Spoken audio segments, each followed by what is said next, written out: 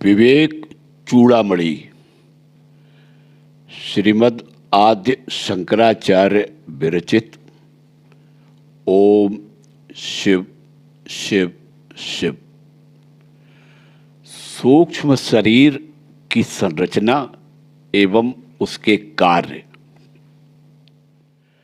सूक्ष्म शरीर बागादि 5 कर्मेंद्रियां, श्रवण आदि 5 ज्ञानेन्द्रियां, प्राण आदि 5 प्राण, आकाश आदि 5 भूत, बुद्धि आदि अंतःकरण चतुष्टय, अविद्या तथा काम और कर्म, यह पर्यष्टक अथवा सूक्ष्म शरीर कहलाता है।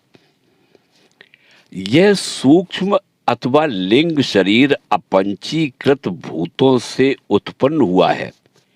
यह वासना युक्त होकर कर्म फलों का अनुभव कराने वाला है और स्वस्वरूप का ज्ञान न होने के कारण आत्मा की अनादि उपाधि है। स्वयं इसकी अभिव्यक्ति की अवस्था है, जहां यह स्वयं ही बचा हुआ भासता है। स्वप्न में जहां यह स्वयं प्रकाश परात्मा शुद्ध चेतन ही भिन्न भिन्न पदार्थों के रूप में भासता है, बुद्धि जागृत कालीन नाना प्रकार की वासनाओं से कर्ता आदि भावों को प्राप्त होकर स्वयं सी प्रतीत होने लगती है। बुद्धि ही जिसकी उपाधि है, ऐसा वह सर्व साक्षी उस बुद्धि के किए हुए कर्मों से तनिक भी लिप्त नहीं होता, क्योंकि वह असंग है। अतः उपाधिकृत कर्मों से तनिक भी लिप्त नहीं हो सकता। यह लिंग देह चिदात्मा पुरुष के संपूर्ण व्यापारों का कारण है। जिस प्रकार बढ़ई का वसूला होता है, इसीलिए यह आत्मा असंग है। नेत्रों के सदोष अथवा निर्दोष होने से प्राप्त हुए अंधापन, धुंधलापन अथवा स्पष्ट देखना आदि नेत्रों के ही धर्म है। इसी प्रकार बहरापन, गूंगापन आदि भी श्रोत्र आदि के ही धर्म है, सर्व साक्षी आत्मा के नहीं। प्राण के धर्म श्वास प्रश्वास, जमाई, छींक, कांपना और उछलना आदि क्रियाओं को तत्वज्ञ प्राणादि का धर्म बतलाते हैं तथा क्षुधा पिपासा भी प्राण ही के धर्म है। अहंकार शरीर के अंदर इन चक्षु आदि इंद्रिय के गोलकों में चिदाभास के तेज से व्याप्त हुआ अंतःकरण मैंपन का अभिमान करता हुआ स्थिर रहता है। इसी को अहंकार जानना चाहिए। यही कर्ता, भोक्ता तथा मैंपन का अभिमान करने वाला है और यही सत्व आदि गुणों के योग से तीनों अवस्थाओं को प्राप्त होता है। विषयों की अनुकूलता से यह सुखी और प्रतिकूलता से दुखी होता है। सुख और दुख इस अहंकार के ही धर्म हैं, नित्यानंद स्वरूप आत्मा के नहीं। प्रेम की आत्मार्थता विषय स्वतः प्रिय नहीं होते, किंतु आत्मा के लिए ही प्रिय होते हैं, क्योंकि स्वतः प्रियतम तो सबका आत्मा ही है। इसलिए आत्मा सदा आनंद स्वरूप है, इसमें दुख कभी नहीं है। तभी सुषुप्ति में विषयों का अभाव रहते हुए भी आत्मानंद का अनुभव होता है। इस विषय में श्रुति, प्रत्यक्ष, इतिहास और अनुमान प्रमाण जागृत अर्थात मौजूद है। माया निरूपण, जो अव्यक्त नाम वाली त्रिगुणात्मिका अनादि अविद्या परमेश्वर की पराशक्ति है, वही माया है जिससे यह सारा जगत उत्पन्न हुआ है। बुद्धिमान जन इसके कार्य से ही इसका अनुमान करते हैं। वह न सत है और न असत है, न सदसद उभय रूप है, न भिन्न है न अभिन्न है, और न भिन्ना भिन्न उभय रूप है, न अंग सहित है न अंग रहित है, और न सांगानंग उभयात्मिका ही है, किंतु अत्यंत अद्भुत और अनिर्वचनीय रूपा जो कही न जा सके ऐसी है। रज्जु अर्थात रस्सी के ज्ञान से सर्प ब्रह्म के समान, वह अद्वितीय शुद्ध ब्रह्म के ज्ञान से ही नष्ट होने वाली है। अपने अपने प्रसिद्ध कार्यों के कारण सत्व, रज और तम, ये उसके 3 गुण प्रसिद्ध हैं। रजोगुण, क्रिया रूपा विक्षेप शक्ति रजोगुण की है, जिससे सनातन काल से समस्त क्रियाएं होती आई हैं और जिससे राग आदि और दुख आदि जो मन के विकार हैं सदा उत्पन्न होते हैं। काम, क्रोध, लोभ, दंभ, असूया अर्थात गुणों में दोष देखना, अभिमान, ईर्षा और मत्सर, ये घोर धर्म रजोगुण के ही हैं। अतः जिसके कारण जीव कर्मों में प्रवृत्त होता है वह रजोगुण ही उसके बंधन का हेतु है। तमोगुण, जिसके कारण वस्तु कुछ की कुछ प्रतीत होने लगती है, वह तमोगुण की आवरण शक्ति है। यही पुरुष के जन्म मरण रूप संसार का आदि कारण है और यही विक्षेप शक्ति के प्रसार का भी हेतु है। तम से ग्रस्त हुआ पुरुष अति बुद्धिमान, विद्वान, चतुर और शास्त्र के अत्यंत सूक्ष्म अर्थों को देखने वाला भी हो तो भी वह नाना प्रकार समझाने से भी अच्छी तरह नहीं समझता। वह भ्रम से आरोपित किए हुए पदार्थों को ही सत्य समझता है और उन्हीं के गुणों का आश्रय लेता है। अहो, दुरंत तमोगुण की यह महती आवरण शक्ति बड़ी ही प्रबल है। इस आवरण शक्ति के संसर्ग से युक्त पुरुष को अभावना, विपरीत भावना, असंभावना और विप्रतिपत्ति, ये तमोगुण की शक्तियां नहीं छोड़ती और विक्षेप शक्ति भी उसे निरंतर डामाडोल ही रखती है। अज्ञान, आलस्य, जड़ता, निद्रा, प्रमाद, मूढ़ता आदि तम के गुण हैं। इनसे युक्त हुआ पुरुष कुछ नहीं समझता। वह निद्रालु या स्तंभ के समान जड़वत रहता है। सत्वगुण, सत्वगुण जल के समान शुद्ध है, तथापि रज और तम से मिलने पर वह भी पुरुष की प्रवृत्ति का कारण होता है। इसमें प्रतिबिंबित होकर आत्मबिंब सूर्य के समान समस्त जड़ पदार्थों को प्रकाशित करता है। अमानित्व आदि यम नियमादि, श्रद्धा, भक्ति, मुमुक्षुता, दैवी संपत्ति तथा असत का त्याग, ये मिश्र अर्थात रजतम से मिले हुए सत्वगुण के धर्म हैं। प्रसन्नता, आत्मानुभव, परम शांति, तृप्ति, आत्यांतिक आनंद और परमात्मा में स्थिति, ये विशुद्ध सत्वगुण के धर्म हैं जिनसे मुमुक्ष नित्यानंद रस को प्राप्त करता है। कारण शरीर। इस प्रकार तीनों गुणों के निरूपण से यह अव्यक्त का वर्णन हुआ। यही आत्मा का कारण शरीर है।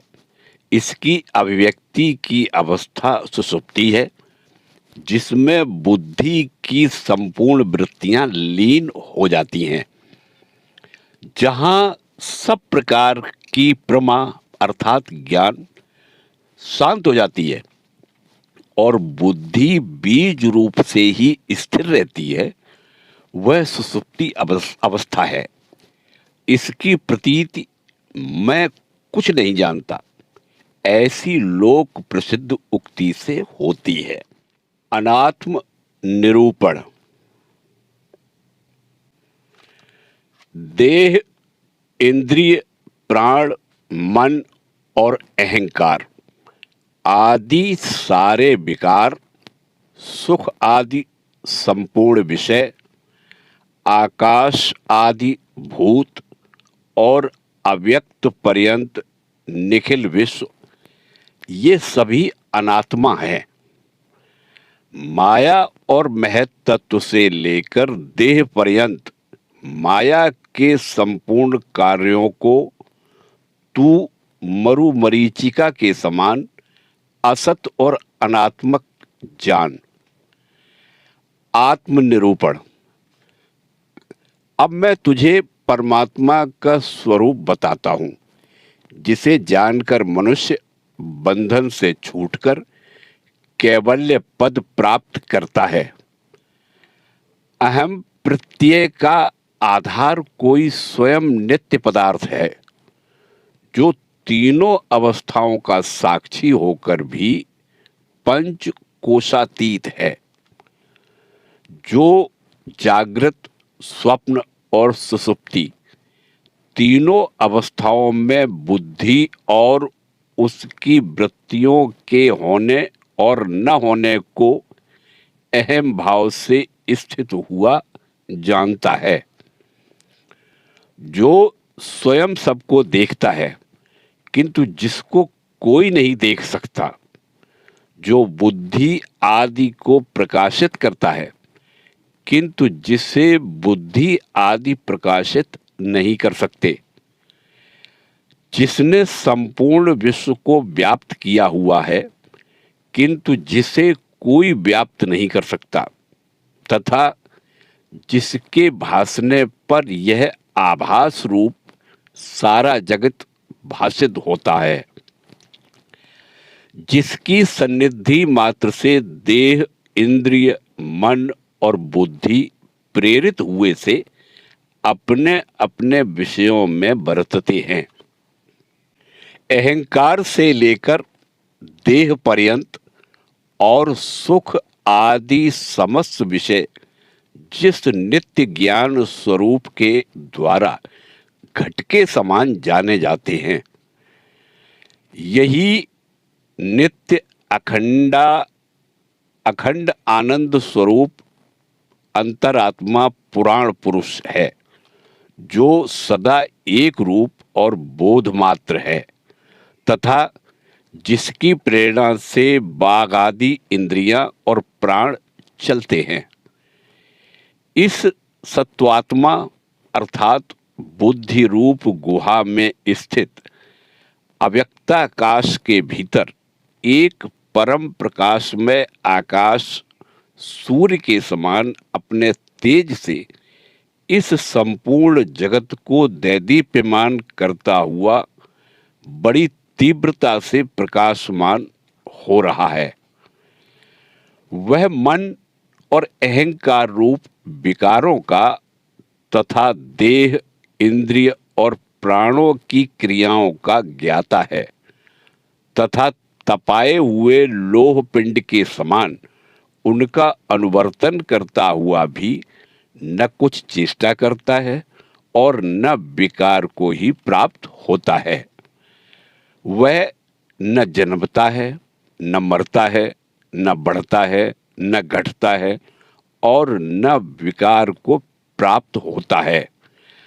वह नित्य है और इस शरीर के लीन होने पर भी घट के टूटने पर घटाकाश के समान लीन नहीं होता। प्रकृति और उसके विकारों से भिन्न शुद्ध ज्ञान स्वरूप वह निर्विशेष परमात्मा सत असत सबको प्रकाशित करता हुआ जागृत आदि अवस्थाओं में अहम भाव से स्फुरित होता हुआ बुद्धि के साक्षी रूप से साक्षात विराजमान है।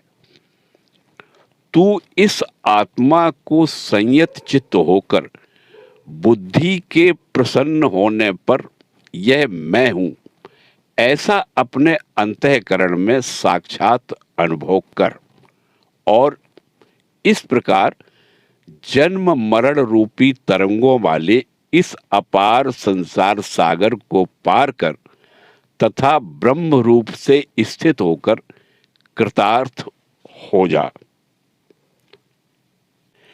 पुरुष का अनात्म वस्तुओं में अहम इस आत्म बुद्धि का होना ही जन्म मरण रूपी क्लेशों की प्राप्ति कराने वाला अज्ञान से प्राप्त हुआ बंधन है, जिसके कारण यह जीव इस असत शरीर को सत्य समझकर इसमें आत्म बुद्धि हो जाने से तंतुओं से रेशम के कीड़े के समान इसका विषयों द्वारा पोषण, मार्जन और रक्षण करता रहता है। मूढ़ पुरुष को तमोगुण के कारण ही अन्य में अन्य बुद्धि होती है। विवेक न होने से ही रज्जू में सर्प बुद्धि होती है। ऐसी बुद्धि वाले को ही नाना प्रकार के अनर्थों का समूह आ घेरता है। अतः हे मित्र सुन, यह जो असत ग्रह है वही बंधन है। अखंड नित्य और अद्वय बोध शक्ति से स्फुरित होते हुए अखंडेश्वर्य संपन्न आत्म तत्व को यह तमोमयी आवरण शक्ति इस प्रकार ढक लेती है जैसे सूर्यमंडल को राहु। अति निर्मल तेजोमय आत्म तत्व के तिरोभूत अर्थात अदृश्य होने पर पुरुष अनात्म देह को ही मोह से मैं हूं ऐसा मानने लगता है। तब रजोगुण की विशेष नाम वाली अति प्रबल शक्ति काम क्रोधादि अपने बंधनकारी गुणों से इसको व्यथित करने लगती है।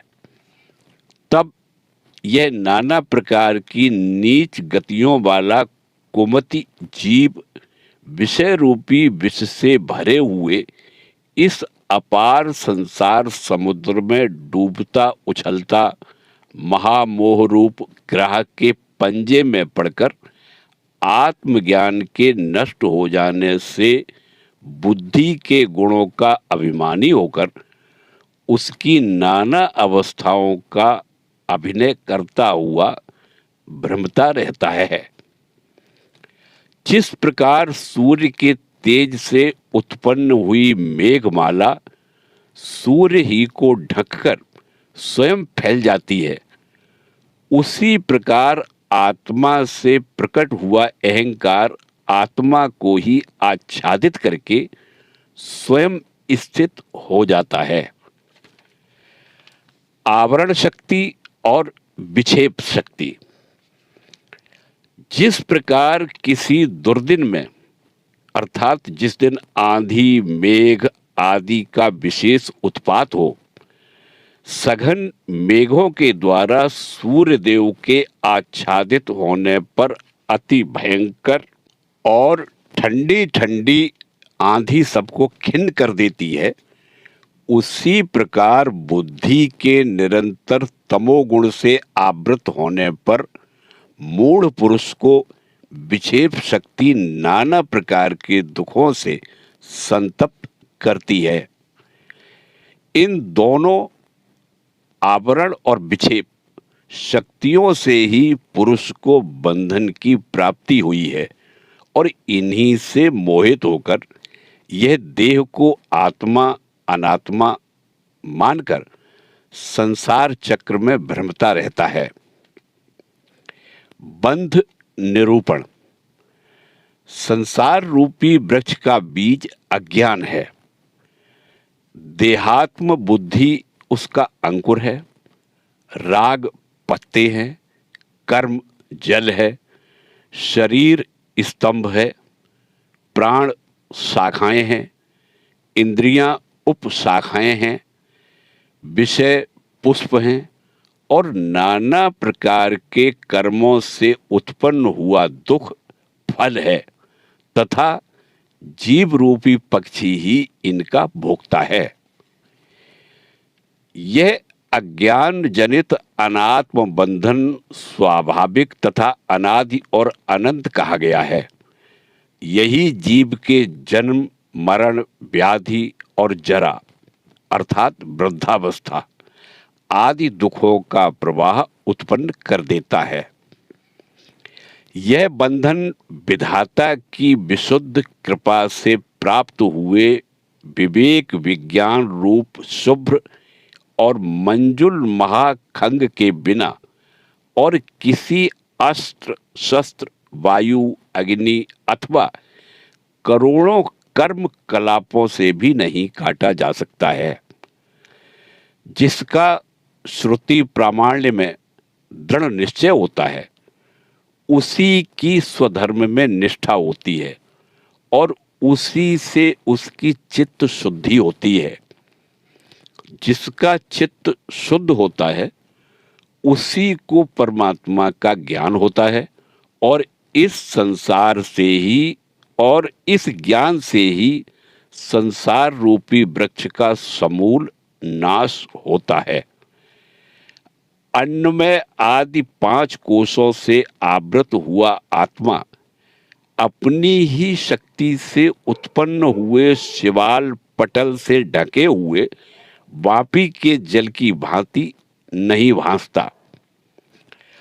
जिस प्रकार उस शिवाल के पूर्णतया दूर हो जाने पर मनुष्य के तृषा रूपी ताप को दूर करने वाला तथा उन्हें तत्काल ही परम सुख प्रदान करने वाला जल स्पष्ट प्रतीत होने लगता है, उसी प्रकार 5 कोशों का अपवाद करने पर यह शुद्ध नित्यानंदेक रस स्वरूप अंतर्यामी स्वयं प्रकाश परमात्मा भासने लगता है। बंधन की निवृत्ति के लिए विद्वान को आत्मा और अनात्मा का विवेक करना चाहिए। उसी से अपने आप को सच्चिदानंद रूप जानकर वह आनंदित हो जाता है। जो पुरुष अपने असंग और अक्रिय प्रत्यगात्मा को मूज में से सीख के समान दृश्य वर्ग से पृथक करके तथा सबका उसी में लय करके आत्मभाव में ही स्थित रहता है, वही मुक्त है। अन्नमय कोश।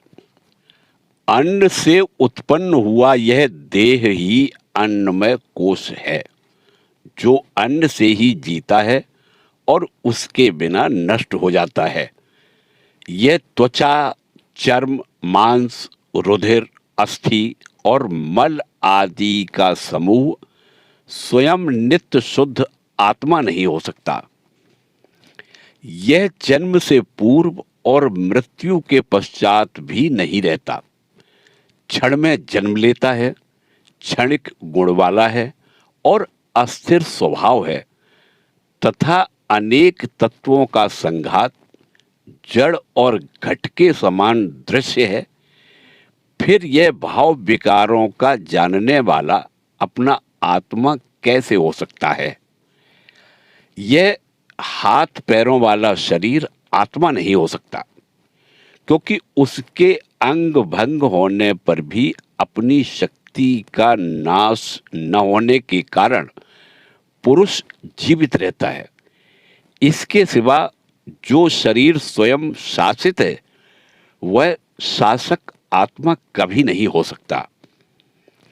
देह, उसके धर्म, उसके कर्म और उसकी अवस्थाओं के साक्षी आत्मा की उससे पृथकता स्वयं ही स्वतः सिद्ध है। हड्डियों का समूह, मांस से लिथड़ा हुआ और मल से भरा हुआ यह अति कुत्सित देह अपने से भिन्न, अपना जानने वाला स्वयं ही कैसे हो सकता है? त्वचा, मांस, मेद, अस्थि और मल की राशि रूप इस देह में मूढ़जन ही अहम बुद्धि करते हैं। विचारशील तो अपने पारमार्थिक स्वरूप को इससे पृथक ही जानते हैं। जड़ पुरुषों की मैं देह हूं, ऐसी देह में अहम बुद्धि होती है। विद्वान की जीभ में और विवेक ज्ञान युक्त महात्मा की मैं ब्रह्म हूं, ऐसी सत्य आत्मा में ही अहम बुद्धि होती है। अरे मूर्ख, इस त्वचा, मांस, मेद, अस्थि और मल आदि के समूह में आत्मबुद्धि छोड़ और सर्वात्मा निर्विकल्प ब्रह्म में ही आत्मभाव करके परम शांति का भोग कर। जब तक विद्वान असत देह और इंद्रिय आदि में भ्रम से उत्पन्न हुई अहंता को नहीं त्यागता, तब तक वह वेदांत सिद्धांतों का पारदर्शी क्यों न हो, उसके मोक्ष की कोई बात ही नहीं है। छाया, प्रतिबिंब, स्वप्न और मन में कल्पित किए हुए शरीरों में जिस प्रकार तेरी कभी आत्मबुद्धि नहीं होती, उसी प्रकार जीवित शरीर में भी कभी नहीं होनी चाहिए। क्योंकि देहात्म बुद्धि ही असद बुद्धि मनुष्यों के जन्म आदि दुखों की उत्पत्ति की कारण है। अतः उसे तू प्रयत्न पूर्वक छोड़ दे। उस बुद्धि के छूट जाने पर फिर पुनर्जन्म की कोई आशंका नहीं रहेगी। ओम शिव शिव शिव।